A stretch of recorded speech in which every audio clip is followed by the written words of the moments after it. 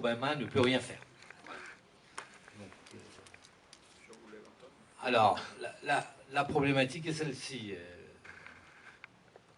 Les États-Unis, ce sont les États-Unis, comme le nom l'indique, c'est-à-dire qu'il y a des États. Et que c'est un système fédéral où les États ont la quasi-totalité, sauf pratiquement aux affaires étrangères, de la maîtrise de leur propre justice. Alors c'est un peu compliqué, je suis d'accord pour l'admettre, parce que paradoxalement, si aujourd'hui Mounia Abou Jamal n'a pas été exécuté, c'est à cause du système fédéral. Alors je vais essayer de résumer rapidement la situation pour dire les faits sont de décembre 1981, c'est-à-dire qu'il y a une fusillade où, on l'oublie, mais Abou Jamal a été gravement blessé, et il y a un policier qui est mort. Et immédiatement, on va estimer que c'est Abou Jamal, dont je rappelle qu'il est connu déjà comme militant du Black Panthers, du groupe Mauve, qu'il est à ce moment-là en plus un journaliste extrêmement apprécié, mais d'une radio libre, et que dans le cadre du fait qu'il soit journaliste d'une radio libre, il n'a manifestement pas assez d'argent pour vivre, et c'est pour ça qu'il fait la radio la journée et les chauffeurs de taxi la nuit. Et c'est dans ces conditions qu'il rencontre et qu'il a son enfant. Il n'y a aucun élément qui puisse, jusqu'à présent, même dans la tête de l'accusation, sinon la présentation de Abou Jamal comme une espèce de fou qui, dès qu'il voit un policier, veut le tuer. Il n'y a aucune explication logique du fait qu'il aurait essayé d'assassiner ce policier. Il n'y a aucun élément qui peut s'expliquer parce qu'il n'avait aucun lien particulièrement avec ce policier. Ce policier, il faut l'insister dessus, fait partie d'une structure plus ou moins syndicale franc-maçonne qu'on appelle la fraternelle. Et on va très rapidement faire un procès, puisqu'il va être jugé pratiquement moins d'1 an après les faits. C'est-à-dire, et dans des conditions assez inimaginables, parce que le système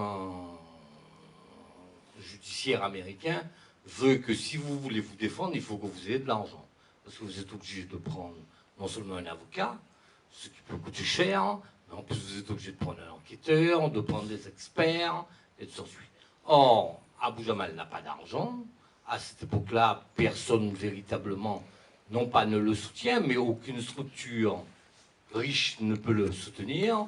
Et donc, Abou Jamal bénéficie de l'assistance d'un avocat d'office qui n'aura même pas 1 000 $ pour organiser la défense. Il faut bien comprendre qu'une défense d'une affaire criminelle se compte en général aux États-Unis, la plus basse en dizaines, sinon en centaines de millions de $. Donc évidemment qu'avec 1 000 $, vous êtes incapable de faire quoi que ce soit. Comme par exemple la question de l'expertise de l'arme.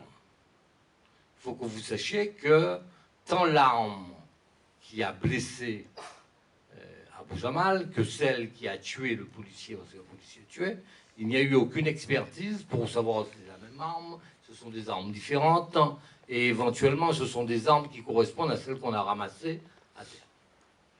Donc il est condamné dans des conditions absolument abominables, il est condamné à mort d'un État qui applique la peine de mort. Je rappelle que même si c'est la capitale du lieu où on a fondé les États-Unis, c'est quand même l'État où on continue à appliquer la peine de mort. Et il va y avoir au fur et à mesure un mouvement qui va apparaître pour empêcher qu'on exécute Abou Jamal et qui va réclamer aussi qu'il ait droit à un procès équitable. Parce que tout le monde est d'accord aujourd'hui, 30 ans après, qu'il n'a pas bénéficié d'un procès équitable. Et il va y avoir des équipes de défense qui vont être mises sur pied. Il y en a 2 principalement qui vont jouer des rôles extrêmement importants, qui vont reprendre, qui vont recontacter des témoins, constater que des témoins qui avaient été entendus à l'époque des faits avaient été escamotés par la police, qui vont réussir à établir que des témoins qui voulaient aller avaient été persuadés par la police de ne pas se rendre sur place, des témoins qui pouvaient dire que ce n'est pas Abou Jamal qui avait tiré. On va constater rapidement que le juge qui a présidé l'audience en 1982, qu'on appelle Sako, c'est un gars qui est exactement membre de la même structure de la victime, à savoir la fameuse fraternelle. Donc, d'évidence que le procès n'a pas été équitable. Il va y avoir, parce qu'il y a beaucoup de recours possibles qui existent, et même si la justice est par État, il existe une justice fédérale qui peut intervenir dans un certain nombre de cas si ce qu'on appelle les lois fédérales ont été mises en cause. Et les juges fédéraux vont être saisis essentiellement sur la question de la discrimination, puisque la discrimination est de la compétence fédérale et non pas de la compétence des États. Ça signifie quoi? Ça signifie qu'un juge fédéral peut se mêler d'une décision prise dans un État si un des éléments, dont entre autres la discrimination, ou pas le procès équitable, mais on peut passer par ce biais et intervenir sur la question. Pour donner un exemple, hein, un des autres gars qui est resté pendant longtemps dans les couloirs de la mort, Ron Carter, l'ancien boxeur qui a été condamné, c'est un juge fédéral qui ordonne sa mise en liberté. Alors, il va y avoir un juge fédéral qui va prendre une décision en 2001, qui à cette époque-là a posé d'énormes problèmes, et qui en pose encore aujourd'hui, parce que ce juge fédéral va faire quelque chose de très particulier. Il va scinder sa décision en deux. Il va d'un côté dire que les conditions dans lesquelles la peine de mort a été prononcée étaient contraires aux textes fédéraux. Sans rentrer dans les détails, il reproche à Sako de ne pas avoir indiqué aux jurés, qui étaient tous blancs, je rappelle, dans un pays quand même, dans une ville où il y a 30% de noirs, il va reprocher au juge de ne pas avoir informé les jurés qu'il devait être unanime pour se prononcer sur la question de la peine de mort. Et à partir de ce moment-là, il va dire la peine de mort a été prononcée dans une condition contraire aux lois fédérales et va l'annuler. 2001. C'est à ce moment-là que, donc après 20 ans, que la question va se poser. Mais en revanche, le juge fédéral va prendre une décision en estimant que les conditions du procès étaient conformes aux lois fédérales et que donc on ne pouvait pas refaire un procès.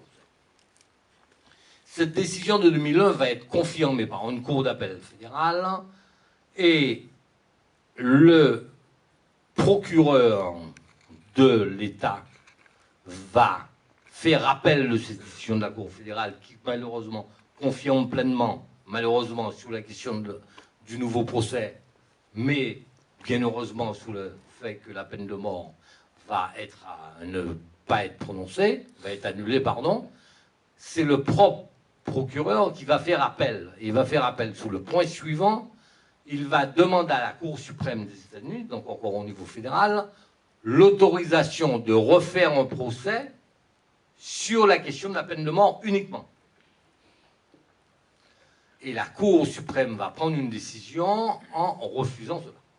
Donc nous sommes sur le plan juridique depuis 2011 bloqués entre d'un côté la situation où la peine de mort n'a été définitivement écartée, et c'est pour ça qu'Abou Jamal va sortir en 2011, même si depuis 2001 il y avait la décision d'annulation du premier juge, mais c'est en 2011 qu'il sort de ce qu'on appelle les couloirs de la mort. Alors il faut bien comprendre, les couloirs de la mort, ce n'est pas le simple fait de penser que du jour au lendemain, on va être